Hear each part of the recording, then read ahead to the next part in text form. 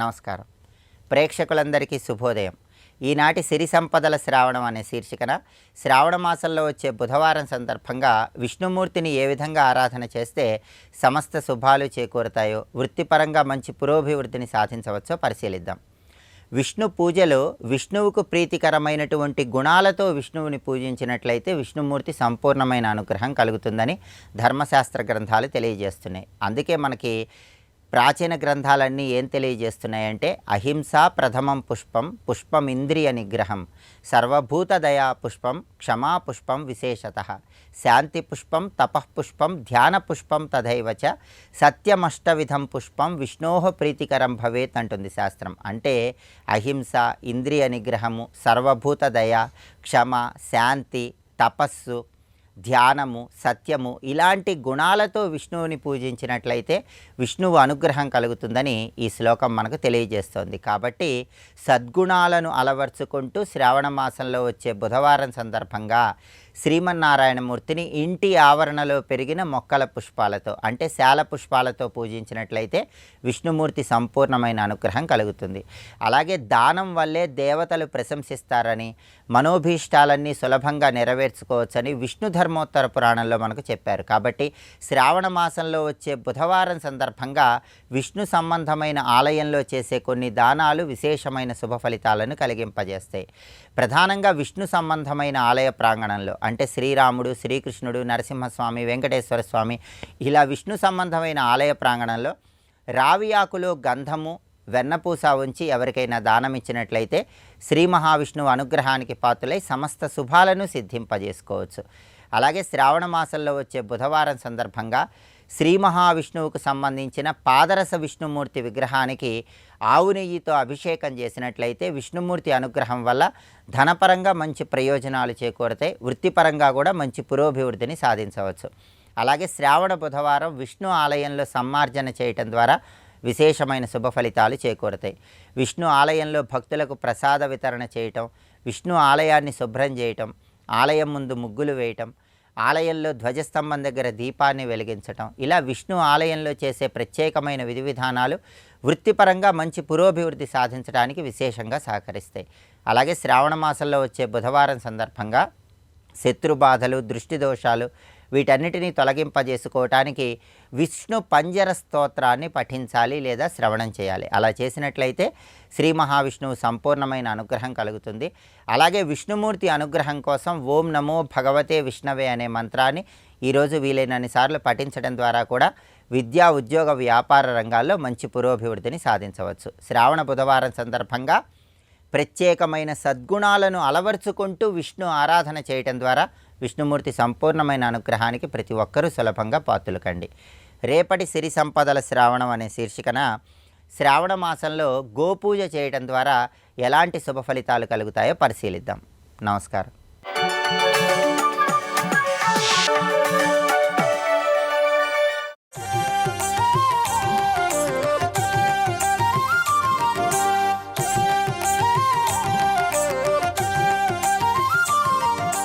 అమృతధారను కురిపించడమే అమృతత్వ ప్రాప్తికి కూడా సంకేతం. అందుకే అమ్మవారికి అమృతాబ్ధిపుత్రీం అని మాట చెప్పడంలో రహస్యం అండి. ఇంత యోగపరమైన రహస్యం ఉంది. సహస్రార కమలమే మహాకమలం, అక్కడున్న తల్లి కమలాత్మిక, కమలవాసిని. ఇది శ్రీ విద్య, ఇదే లక్ష్మీ విద్య. ఆవిడ కటాక్షమే మనకు కావాలి. అందుకే కటాక్షించమని అమ్మని అడగడం కోసం లక్ష్మి అని పిలవాలండి.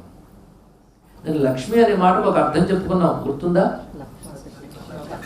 శ్రీ, ఐశ్వర్యం, విభూతి, లక్ష్మి, నాలుగింటికి అర్థాలు చెప్పుకున్నాం. లక్ష్మి అంటే ఏమని చెప్పుకున్నాం? లక్షణ శక్తియే లక్ష్మి. ఇప్పుడు మరొక అర్థం చెప్తుంది దేవి భాగవతం. లక్ష్యతే దృశ్యతే విశ్వం స్నిగ్ధ దృష్ట్యా యయా అనిశం దేవీ భూతాచ మహతి మహాలక్ష్మి తదోచ్యతే. లక్ష్యతే, లక్షించున్నది లక్ష్మి అన్నారు. లక్షించుట ఈ పదాలు మనం లోకంలో వాడుతూ ఉంటామండి. ఎంత తెలుగు మర్చిపోయినా కొన్ని పదాలు గుర్తున్నాయి. లక్ష్యం మాట గుర్తుందా? లక్షణం, లక్షణము, లక్ష్యము అని రెండు ఉన్నాయి. లక్ష్యము అంటే పొందవలసినది లేదా చూపు దేని మీద పెట్టాలో టార్గెట్, దాని లక్ష్యం అని పేరు. లక్ష్యం అంటే నువ్వు ఏది కావాలనుకుంటున్నావో అది లక్ష్యం. అది పొందడం కోసం ఏం చేయాలో అది లక్షణం. ఇక్కడ లక్ష్యం ఎవరు? అమ్మవారే కదా. ఇప్పుడు నారాయణ అంటారు లక్ష్యం, అందరికీ లక్ష్యం నారాయణుడేనా? చెప్పండి. ఇవాళ ప్రవచనం వింటుంది సేపు నారాయణ లక్ష్యం అనుకుంటాం. ఆఫ్టర్ 8:30 అప్పుడు లక్ష్యం వేరే మారిపోతుంది. కనుక మన లక్ష్యం అంతా కూడా బ్రతకలో సుఖంగా బ్రతకాలని, కనుక అందరికీ లక్ష్యం ఆనందంగా బ్రతకాలి కదా ఇక్కడ. కనుక అందరూ దేని యందు లక్ష్యం పెట్టి ఉంచుతారో అదే లక్ష్యం అయ్యారు ఇక్కడ. అందరి చూపు దేని మీద ఉంటుందో అదే లక్ష్మి. ఎందుకంటే సంపద అంటే ఎవరికి చూపు ఉండదండి. ఇక్కడ కానీ ఒక బంగారు కలిసి ఎవడైనా పెట్టాడు అనుకోండి, ప్రవచనం వింటే ఉంటుంది, అది నిజమైన బంగారమే అంటారా అని ఇంకెవడైనా తెలివైన వాడు ఉంటే ఎలా తెచ్చుకోగలని చేతుకుని ఆలోచిస్తాడు. మొత్తానికి దృష్టి అంతా దాని మీద పడిపోయింది. కనుక అందరి చూపులను ఆకర్షిస్తూ అది కావాలని అనిపించేదేదో అదే లక్ష్మి అన్నాడు. ఇప్పుడు మీరు ఆలోచించండి, అందరికీ కావాలనిపించేది నేను కొన్ని చెప్తాను, మీరు అక్కర్లేదు అంటారేమో చూస్తాను. ధనం, కీర్తి, ఆరోగ్యం, సంతోషం కావాలా అక్కర్లేదా? ఉన్నమాట చెప్పండి. కావాలి కదా. అంతే. అందరికీ లక్ష్యం ఏది? అదేగా. ఇవన్నీ ఎవరి స్వరూపం? ఆ తల్లి రూపమే కదా. అందరికీ లక్ష్యమైనది ఏదో అదే లక్ష్మి అన్నారు ఇక్కడ. అందరికీ లక్ష్యం ఐశ్వర్యం, అందరికీ లక్ష్యం ఆనందం, అందరికీ లక్ష్యం అంటే కొందరికైనా లక్ష్యం జ్ఞానం. కానీ జ్ఞానం, ఆనందం, ఐశ్వర్యం ఈ మూడు కలిస్తే మహాలక్ష్మి అన్నారు. అందరికీ లక్ష్యమైనది అని అర్థం. అంటే అందరి చూపు దేని మీద ఉందో అది లక్ష్మి, ఇది అర్థం. అందరూ దేని లక్షిస్తారో, లక్షించుట అంటే చూచుట. ఇప్పుడు ఇంకో వైపు ఉందాం. అందరూ దేన్ని చూస్తారో అది లక్ష్మి అన్నాం. అందరినీ ఎవరు చూస్తారో వారు లక్ష్మి అన్నారు. ఇది మరో అర్థం. అసలు అర్థం ఇది. అందరినీ చూసేది నా తల్లి, ఆవిడ చూస్తుంది. మనం అలా చూస్తాం, ఆవిడ అలా చూడాలి. ఆవిడ చూడకపోతే లాభం లేదు.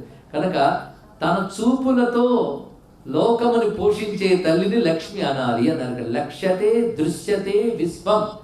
ఏ తల్లి ఈ విశ్వాన్ని చూస్తున్నదో, ఎలా చూస్తున్నది? స్నిగ్ధ దృష్ట్యా. గొప్ప మాట చెప్పారు, స్నిగ్ధ దృష్ట్యా. స్నిగ్ధము అంటే మెత్తనైన, మధురమైన, ఆర్ద్రమైన ఇన్ని అర్థాలు ఉన్నాయి. అటువంటి ఆర్ద్రమైన మెత్తనైన చూపుతో చూస్తుందట. అంత మెత్తని ఆర్ద్రమైన చూపు అంటే కరుణాతరంగితాక్షి, కరుణతో చూస్తుంది. ఈ కరుణ ఎలా ఉంటుందంటే అవతలవాడు ఏడుస్తుంటే అయ్యో పాపను చూసినట్టు కాదు, ఆ ఏడుపుని పోగొట్టాలని చూడటం ఇక్కడ. కనుక కరుణలో ఏమున్నదయ్యా అంటే కేవలం దయతో చూడటమే కాదు, ఆ దయతో దుఃఖాన్ని పోగొట్టగలిగేటట్టు చూస్తుంది ఆ తల్లి ఇక్కడ. కనుక ఆ చూపులో దుఃఖాన్ని పోగొట్టగలిగే దయ ప్రకాశిస్తుంది. అలాంటి స్నిగ్ధ దృష్ట్యా, అలాంటి చూపుతో చూస్తోంది. దేన్ని? విశ్వం. నిన్ను నన్ను కాదు, సమస్త విశ్వాన్ని అమ్మవారు చూస్తున్నారు. ఈ స్పృహం అనుకుంటే చాలు. సర్వం శ్రీ మహాలక్ష్మి చరణారవిందార్పణమస్తు. స్వస్తి.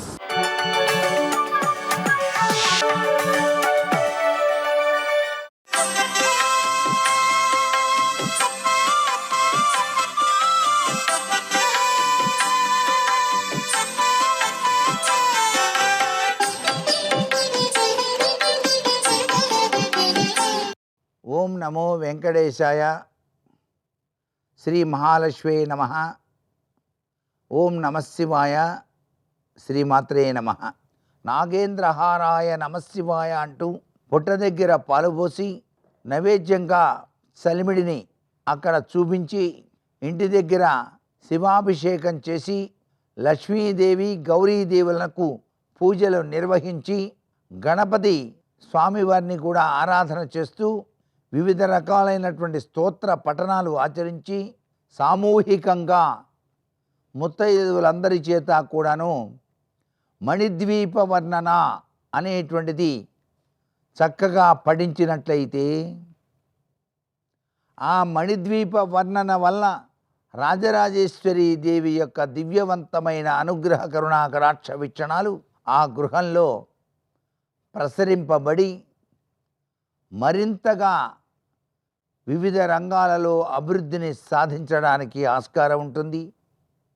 ఈ శ్రావణ మాసం ప్రతి ఒక్కరూ కూడాను సాయం సంధ్యా సమయంలో అష్టాదశ శక్తి పీఠాల శ్లోకాన్ని తప్పనిసరిగా పఠించుకోవాలి.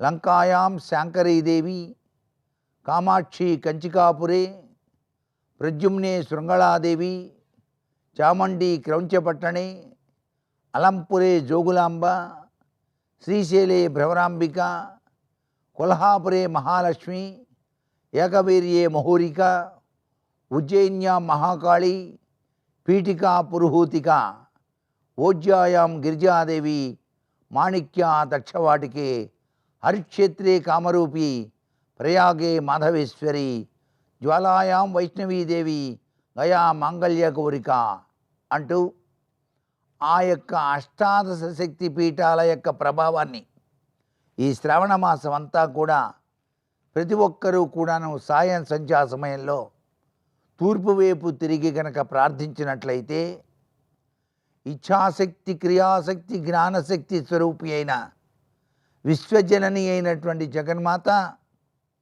సంపూర్ణమైనటువంటి అభివృద్ధిని ఆయుష్ ఆరోగ్యాన్ని అందరికీ ప్రసరింపజేస్తుంది. సర్వే జనా సుఖినో భవంతు.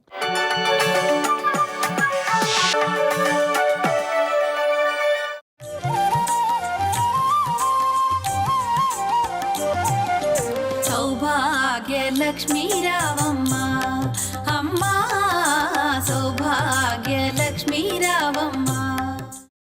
నా పేరు చెప్పేటప్పటికి 2 చేతులు ఎత్తి నమస్కరించాలి అంటే అటువంటి బ్రతుకు నాకు రావాలంటే ఆవిడిస్తుంది.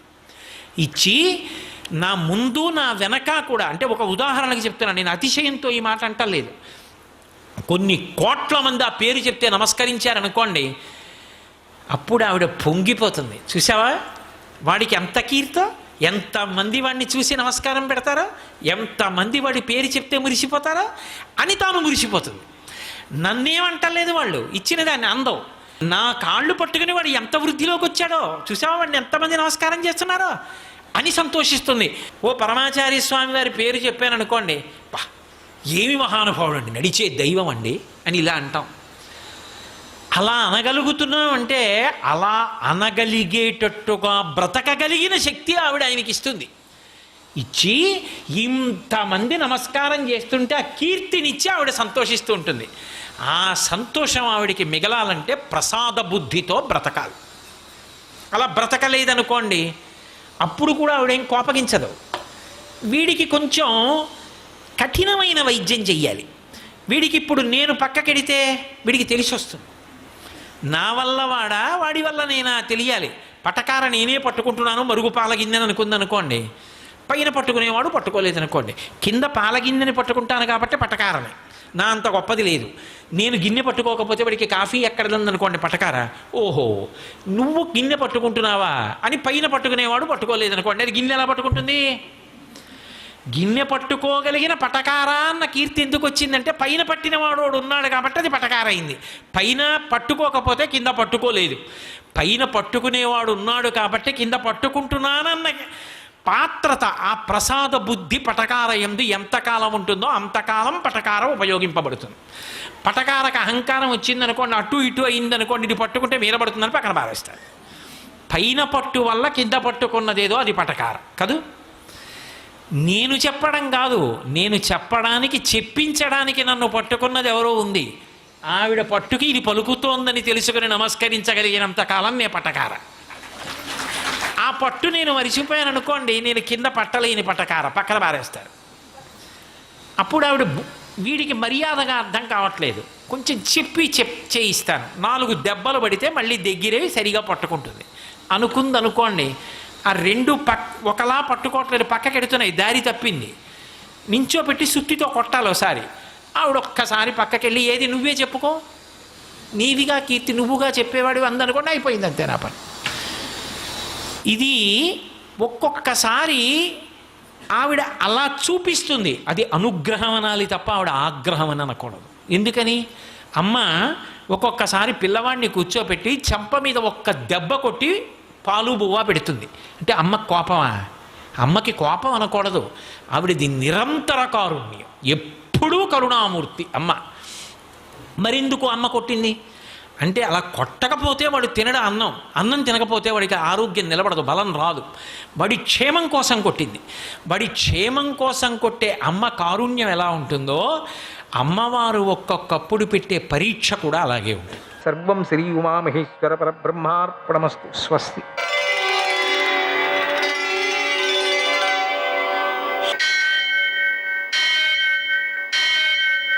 సహస్ర విశ్వశీరుషం దేవం విశ్వాక్షం విశ్వశంభువం విశ్వం నారాయణం దేవమక్షరం పరమం పదం విశ్వతః పరమాం నిత్యం విశ్వం నారాయణగుం హరిం విశ్వమేవేదం పురుషస్తద్విశ్వముపజీవతి పతిం విశ్వస్యాత్మేశ్వరం శాశ్వతం శివమచ్యుతం నారాయణం మహాజ్ఞేయం విశ్వాత్మానం పరాయణం.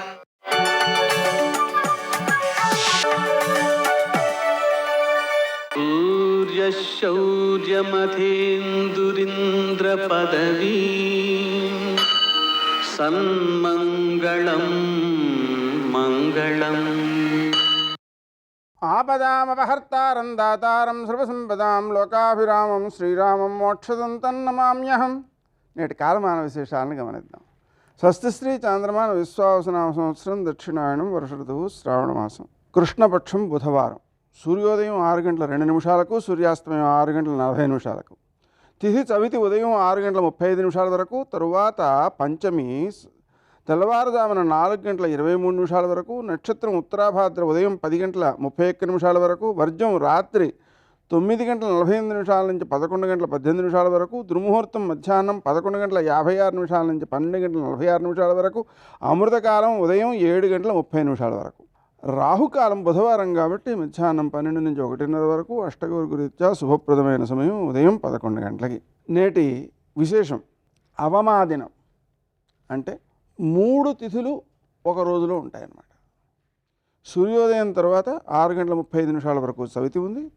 తెల్లవారుజామున పంచమి 4:23 వరకు ఉంది. అటు తర్వాత మళ్ళీ షష్ఠి ప్రారంభమైపోయింది ఇదే రోజున.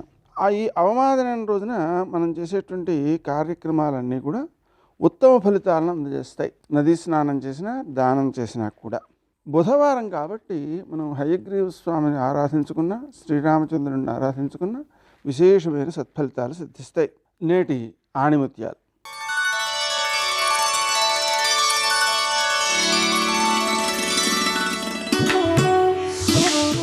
ఇతరులతో నిన్ను నువ్వు పోల్చుకోవడం ఆపినప్పుడు నీవు నీ అసలైన జీవితపు ఆనందాన్ని పొందుతావు.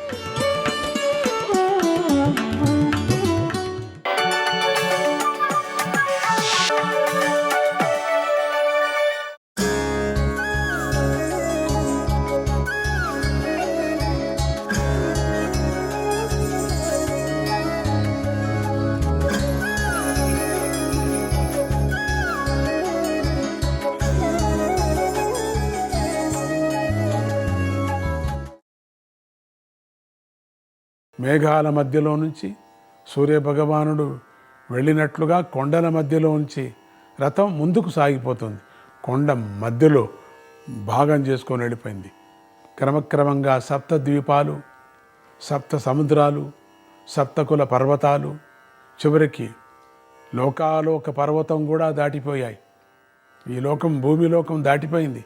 వేరే లోకాలన్నీ వెళ్ళిపోతున్నాయి. అప్పుడు అక్కడంతా గాఢాంధకారంగా ఉంది, చీకటిగా ఉంది అంట. ఆ చీకట్లో గుర్రాలు రథాన్ని లాగడం కష్టంగా ఉంది. దిగంతానికి వెళ్ళిపోయాడు రథంతో. ఆ విపరీతమైన చీకట్లు, గుర్రాలు ఆ రథం లాగటం కష్టంగా ఉంది. ఎక్కడికో వెళ్ళిపోయింది ఆ రథం, గాఢాంధకారంగా ఉందట. వాటి యొక్క నడకను బట్టి, చక్రాల ధ్వనిని బట్టి అడుగున బాగా బురదగా ఉందని అర్థమవుతుంది. అప్పటికీ గుర్రాలు కష్టపడి లాగుతూనే ఉన్నాయి. కింద ఇంకేదో సముద్రంలాగా ఉంది, ఇంకేదో చీకటిగా ఉంది. ఇంకా కొంత ముందుకు పోయేసరికి చీకటి ముదిరిపోయి గుర్రాలు కదలలేకపోయాయి. భయం అంటే తెలియనటువంటి అర్జునుడికి కూడా భయం బయలుదేరింది. ఇంతలో శ్రీకృష్ణుడు తన చక్రాన్ని ముందుకు ప్రయోగించాడు. ఆ చక్రపు వెలుగులో చుట్టూతా ఉన్న చీకటి అంతా చీలిపోయింది. అర్జునుడికి కొంచెం ధైర్యం పుంజుకుంది. ఇంతలో ఎదురుగా భూమి నుంచి ఆకాశం దాకా వ్యాపించి ప్రజ్వలిస్తున్న మహా తేజస్సు ఏదో ఒకటి కనిపించింది. ఆ తేజస్సులో ఒక పెద్ద మానవాకారం కనిపించింది. ఇంతలో శ్రీకృష్ణుడు రథం దిగి పరుగు పరుగున వెళ్ళి ఆ మహా తేజోరాశిలో ప్రవేశించాడు. అర్జునుడు, పండితుడు అవాక్క అయిపోయి వాళ్ళంతా కూడా అట్లే నోరు తెరుచుకొని చూస్తున్నారు. ఇద్దరు రథంలో అలాగే ఉండిపోయారు. రథం గట్టిగా పట్టుకొని ఎక్కడేమైపోతుందో అని పంచెతో కట్టుకున్నారు రథానికి, ఏం కాకూడదు అని. అట్లా ఉండిపోయారు. ఇలా కొద్ది నిమిషాలు గడిచింది. ఇంతలో శ్రీకృష్ణుడు ఆ పండితుడి యొక్క 4 పుత్రులను చేతులతో పట్టుకొని ఆ తేజోరాశుల్లో నుంచి బయటకు వచ్చాడు. శ్రీకృష్ణుడు నవ్వుతూ రథం దగ్గరకు వచ్చి కొంచెం పెరిగిన పుత్రులు 3 అప్పుడే పుట్టిన బిడ్డను మరొకడిని ఆ పండితుడికి ఒప్పజెప్పాడు. ఆ పండితుడు పరమానందపడిపోయాడు. అర్జునుడు ఆశ్చర్యంలోంచి తేరుకోలేకపోయాడు. ఇంతలో శ్రీకృష్ణుడు రథం ఎక్కి, అర్జున, రథం వెనక్కి తిప్పిపోని అన్నాడు. తిరుగు ప్రయాణం మొదలైంది. అర్జునుడు సారథిగా ఉన్నాడని పేరే తప్పితే చేస్తున్న సారథ్యం ఏమీ లేదు. గుర్రాలు ఎలా పరిగెడుతున్నాయో, దారి ఎలా విచ్చుకుంటుందో అర్జునుడికి ఏమీ అర్థం కావటం లేదు. మర్నాడు మధ్యాహ్నం కాకుండానే వాళ్ళు ద్వారకా నగరానికి చేరిపోయారు. ఇంటికి చేరిన శ్రీకృష్ణుడు పండితుడికి మంచి భోజనం పెట్టించి గొప్ప కానుకలిచ్చి అతడికి ఇంటికి పంపించేశాడు. ఆ తర్వాత శ్రీకృష్ణుడు తన యజ్ఞ దీక్షను కూడా పూర్తి చేసి అన్న సంతర్పణం జరిపించి కులాసాగా కబుర్లు చెప్పడం మొదలుపెట్టాడు. అప్పుడు అర్జునుడు ధైర్యం చేసి శ్రీకృష్ణుడి దగ్గరికి వెళ్ళి ఇలా అడిగాడు. తట్టుకోలేకపోతున్నాడు అర్జునుడు. ప్రభువు అచ్యుత, ఆ సముద్రుడు తన జలాన్ని ఎలా స్తంభింపజేశాడు? ఆ పర్వతాలు చీలి రథానికి మార్గాన్ని ఎలా ఇచ్చాయి? ఆ ఘోరమైన చీకటిని నీ చక్రంతో ఎలా చీల్చావు? చండ ప్రచండంగా ఉన్నటువంటి ఆ తేజో రాశిలోకి నువ్వు ఎలా ప్రవేశించావు లోపలికి? ఆ తేజోమూర్తి ఈ పండితుడి పుత్రులను ఎందుకు అపహరించాడు? అంత సుదూరమైన మార్గం ఇంత చిన్నదిగా ఎలా మారిపోయింది? అరపూటలో అంత దూరం ఎలా వెళ్ళి వచ్చావు? దయచేసి నాకు వివరించు అని అడిగాడు అర్జునుడు.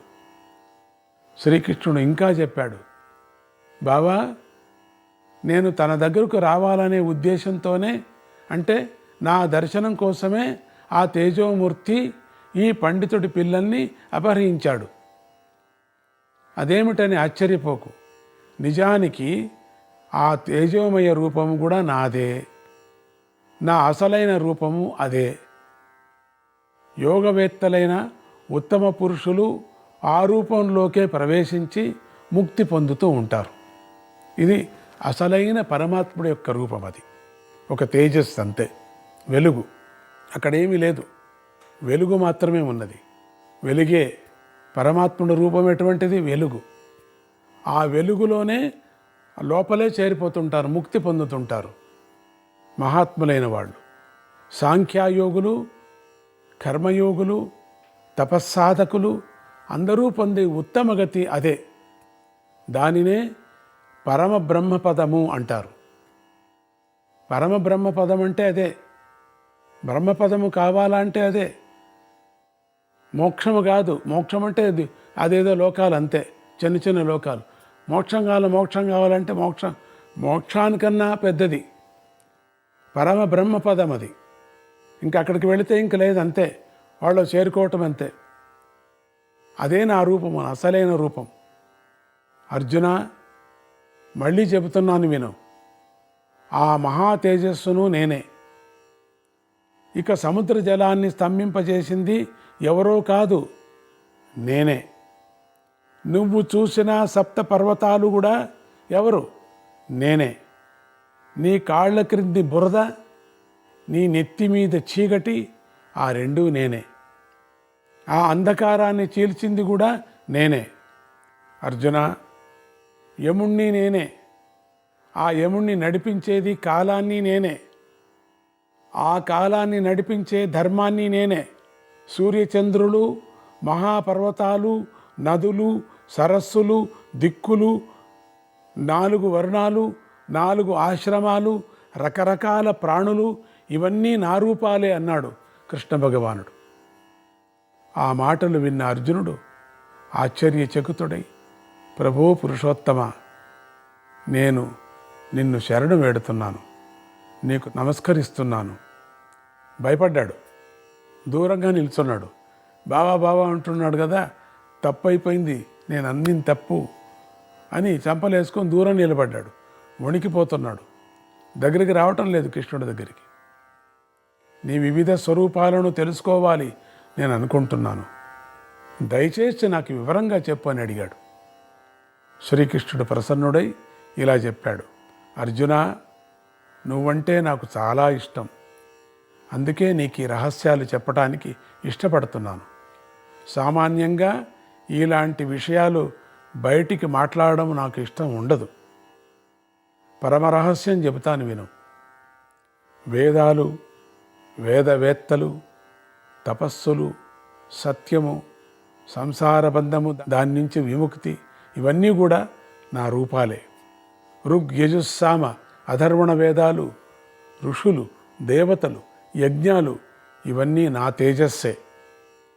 పంచభూతాలు, సూర్యచంద్రులు, వారి నుంచి ఉత్పన్నమయ్యే క్షణాలు, రాత్రింబవళ్ళు, పక్షాలు, మాసాలు, సంవత్సరాలు, ఇవన్నీ నా తేజస్సే. రకరకాల మంత్రాలు, వరాలు, శాపాలు, విద్యలు, శాస్త్రాలు, వీటన్నిటికీ నేనే జన్మస్థానం. అర్జున, ఇన్ని మాటలు ఎందుకు? సృష్టి సంహారాలు రెండూ నేనే. సత్తు, అసత్తు, సదసత్తు అని వేదాంతులు ఏమి చెబుతారో ఆ మూడిటికన్నా అతీతమైనది కూడా నేనే అన్నాడు కృష్ణుడు. జనమేజయ, మీ ముత్తాతగారైన అర్జునుడు ఆయన తాతగారైన భీష్మాచార్యుడి సన్నిధిలో అనేక మంది రాజుల సమక్షంలో ధర్మరాజు గారికి చెప్పిన సొంత అనుభవం ఇది. ఈ అనుభవాన్ని వివరించిన అర్జునుడు ఆనంద పులకితుడై, అన్నగారు, ఇది నేను స్వయంగా చూసిన సన్నివేశం. నిజానికి శ్రీకృష్ణుడి మహిమ నేను చూసిన దానికంటే, విన్నదానికంటే, నేను ఊహించగలిగిన దానికంటే కూడా చాలా గొప్పది అన్న తన ప్రసంగాన్ని ముగించాడు. ఈ కథ విన్న జనమేజయుడు ఆనందభరితుడై, మహాత్మా, మీరు శ్రీకృష్ణ మహిమలు చాలా నాకు చెప్పారు, కానీ ఆయన ఇంకా చాలా చాలా గొప్ప పనులు చేశాడని నేను విన్నాను కదా, దయచేసి వీలైనవన్నీ వివరాలు మీరు నాకు చెప్పాలి అన్నాడు. అది విని వైశంపాయనుడు ఇలా అన్నాడు, రాజా, అన్నీ వివరించి చెప్పడం చాలా కష్టం. అయినా నువ్వు అడిగావు గనుక శ్రీకృష్ణుడు చేసిన కొన్ని అద్భుత కార్యాలను ఒక పట్టికలాగా చెప్పేస్తాను విను. ఆ పట్టిక పూర్వం చెప్పిన సన్నివేశాలు అదను అని గుర్తుపెట్టుకో. ద్వారకా రాజ్యం చాలా చిన్నదైనా, దానికి శ్రీకృష్ణుడు రాజు కాకపోయినా, శ్రీకృష్ణుడు తన బలపరాక్రమాల చేత కొన్ని వందల మంది రాజులను కల్లోలు పెట్టేశాడు. ద్విచక్రుడు అనే ఒక రాక్షసుడు యాదవుల్లో ఏదైనా అంతఃకలహాలు ఉంటే వెతికి పట్టుకొని వాటి ద్వారా శ్రీకృష్ణుడిని దెబ్బతీద్దామని ప్రయత్నం చేస్తుంటే శ్రీకృష్ణుడే వాణ్ణి సంహరించేశాడు. ఒకప్పుడు లోహితప్రదమనే ప్రదేశంలో శ్రీకృష్ణుడు వరుణుడితో యుద్ధం చేసి చిత్తుగా ఓడించాడు. మధురకు దక్షిణంగా ఉన్న కురుష దేశాధిపతి దంతభక్తుడిని కూడా జయించాడు. 100 తప్పుల దాకా క్షమిస్తాననే వాగ్దానానికి అనుగుణంగా శిశుపాలుడి 100 అపరాధాలను కూడా క్షమించి అవి పూర్తి అయ్యాక అతనిని సంహరించాడు. విను, పట్టి చెప్తున్నాను, ఇంకా విను. శోణితపురం అనే చోట బాణాసురుడు అనే మహావీరుడు ఉండేవాడు. ఇతడికి 1000 చేతులు ఉండేవి. ఇతడి రాజ్యానికి శంకర భగవానుడు నిత్యరక్షకుడిగా ఉండేవాడు. అటువంటి బాణాసురుడిని యుద్ధంలో గెలిచి కూడా చంపకుండా బ్రతుకరాపో బ్రతుకు అని వదిలేశాడు. మేరు పర్వత మధ్యలో ఒకసారి అగ్నిదేవుడితో యుద్ధం వచ్చింది. అప్పుడు కూడా శ్రీకృష్ణుడే గెలిచాడు. జరాసంధుడి అనుచరులో ఒకడైన సాల్వ మహారాజుకి సౌభము అనే విమానం ఉండేది. అందువల్ల అతన్ని గెలవడం ఎవరికీ సాధ్యమయ్యేది కాదు. శ్రీకృష్ణుడు అటువంటి సాల్వుణ్ణి యుద్ధంలో ఓడించి అతడి విమానాన్ని ధ్వంసం చేశాడు. హయగ్రీవుడనే రాక్షసుణ్ణి సంహరించాడు. భీముడి ద్వారా జరాసంధుణ్ణి సంహరింపజేసి జరాసంధుడు బంధించిన రాజులందరికీ విముక్తి కలిగించాడు. గంధార రాజపుత్రిక స్వయంవరం జరిగితే ఒంటరిగా రథంలో వెళ్ళి ఎదురు తిరిగిన రాజులందరినీ గెలిచి ఆ రాజకన్యను తెచ్చుకున్నాడు. రాజ్యభ్రష్టులైన పాండవులను అనేక రకాలుగా ఆదుకున్నాడు. దేవేంద్రుడు కుతంత్రంతో రక్షించుకుంటూ వచ్చినటువంటి ఘోరమైన ఖాండవ వనం అనే అరణ్యాన్ని దహింపజేశాడు. అగ్నిదేవుడు ప్రసాదించిన గాంధీవ ధనస్సును మీ ముత్తాత గారికి అనుగ్రహించి ఇచ్చింది శ్రీకృష్ణుడే. కౌరవ పాండవ యుద్ధ పూర్వ రంగంలో దౌత్యం నడిపించింది కూడా శ్రీకృష్ణుడే. యదువంశాన్ని రకరకాలుగా వృద్ధి చేసింది శ్రీకృష్ణుడే. మహాభారత యుద్ధానికి ముందే శ్రీకృష్ణుడు కుంతీదేవికి నీ కొడుకులు 5గురిని నీకు క్షేమంగా అప్పగిస్తాను అని వాగ్దానం చేశాడు. దాన్ని నిలబెట్టుకున్నాడు. భృగుడు అనే మహారాజు ఎన్నో పుణ్యాలు చేసి కూడా చిన్న పొరపాటు వల్ల ఊసర వెళ్ళి జన్మవెత్తి ద్వారకా నగరానికి వస్తే శ్రీకృష్ణుడు తన దర్శన మాత్రం చేత అతడి శాపం పోగొట్టాడు.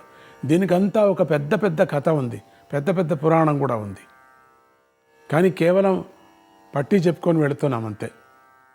త్రేతాయుగం నాటి మహావీరులైన మైందుడు, వివిధుడు అనే వానరులను కూడా జాంబవంతుడు అనే ఎలుగుబంటును శ్రీకృష్ణుడు అవలీలుగా గెలిచాడు. నీ తండ్రి పరీక్షిత్ మహారాజు మరణించి యమపురానికి చేరాక శ్రీకృష్ణుడు మళ్ళీ వెనక్కు తెచ్చాడు. జనమేజయ, శ్రీకృష్ణుడు చేసిన యుద్ధాలను, చేసిన రాజసంహారాలను, సాధించిన విజయాలను నేను ఇదివరకే వర్ణించి ఉన్నాను. ఇలా ఎన్ని చెప్పినా ఈ పట్టికకు అంతు ఉండదు. శ్రీకృష్ణుడి మహిమల పట్టికను విన్న జనమేజయుడు ఇలా అన్నాడు: వైశంపాయన మహర్షి, చాలా సంతోషంగా ఉంది. మీరు చెబుతున్న కొద్దీ నాకు ఆసక్తి పెరుగుతుంది. ఎందుకంటే హరివంశం కదా, ఇది హరికథ కదా, హరి స్వామి కథ కదా. మీరు చెప్పిన పట్టికలో బాణాసురుని గురించి ప్రస్తావించారు. పట్టుకున్నాడు ఒక్కటి. ఈ బాణాసురుని గురించి నేను మరికొన్ని వివరాలు విన్నాను. ఆ బాణాసురుడు శంకరుడికి సాక్షాత్తుగా పుత్రుడిలాగా ఉండేవాడట కదా. ఇది ఎలా జరిగింది? ఇతడికి శంకరుడే కాక కుమారస్వామి కూడా రక్షిస్తూ ఉండేవారట కదా. ఇది ఎలా జరిగింది? ఈ బాణాసురుడు బలిచక్రవర్తికి 100 మంది పుత్రులలో పెద్దవాడట కదా. 1000 చేతులు ఉండేవట కదా. 100 దివ్యాస్త్రాలను ఒకేసారి ప్రయోగించేవాడట కదా. ఇదిగాక ఇతడికి చాలా పెద్ద సేన ఉండేదట కదా. ఇటువంటి బాణాసురుణ్ణి శ్రీకృష్ణుడు ఎలా గెలవగలిగాడు? గెలిచాక చంపకుండా ఎందుకు వదిలిపెట్టాడు? నారాయణ నారాయణ, హరే కృష్ణ.